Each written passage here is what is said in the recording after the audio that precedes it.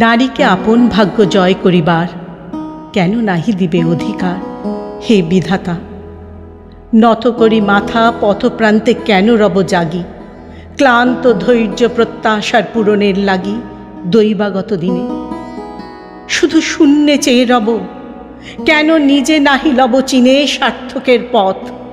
কেন না ছুটাব তেজে সন্ধানের রথ? দুর্ধর্ষ অশ্বেরে বাঁধি দৃঢ় বলগা পাশে, দুর্জয় আশ্বাসে দুর্গমের দুর্গ হতে সাধনার ধন কেন নাহি করি আহরণ প্রাণ করি পণ? যাব না বাসর কক্ষে বধূ বেশে বাজায়ে কিঙ্কিনি, আমারে প্রেমের বীর্যে কর অসঙ্কিনী। বীর হস্তে বড়মাল্য লব একদিন, সে লগ্ন কি একান্তে বিলীন? ক্ষীণ দীপ্তি গোধূলিতে কবুতারে দিব না ভুলিতে মোর দৃপ্ত কঠিনতা, বিনম্র দীনতা সম্মানের যোগ্য নহে তার।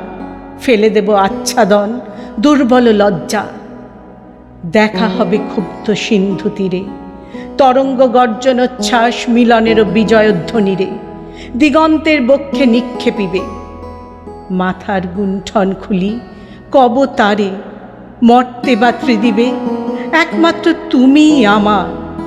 সমুদ্র পাখির পক্ষে সেইখানে উঠিবে হুঙ্কার পশ্চিম পবনহানি, সপ্তর্ষির আলোকে যবে যাবে তারা পন্থা অনুমানী।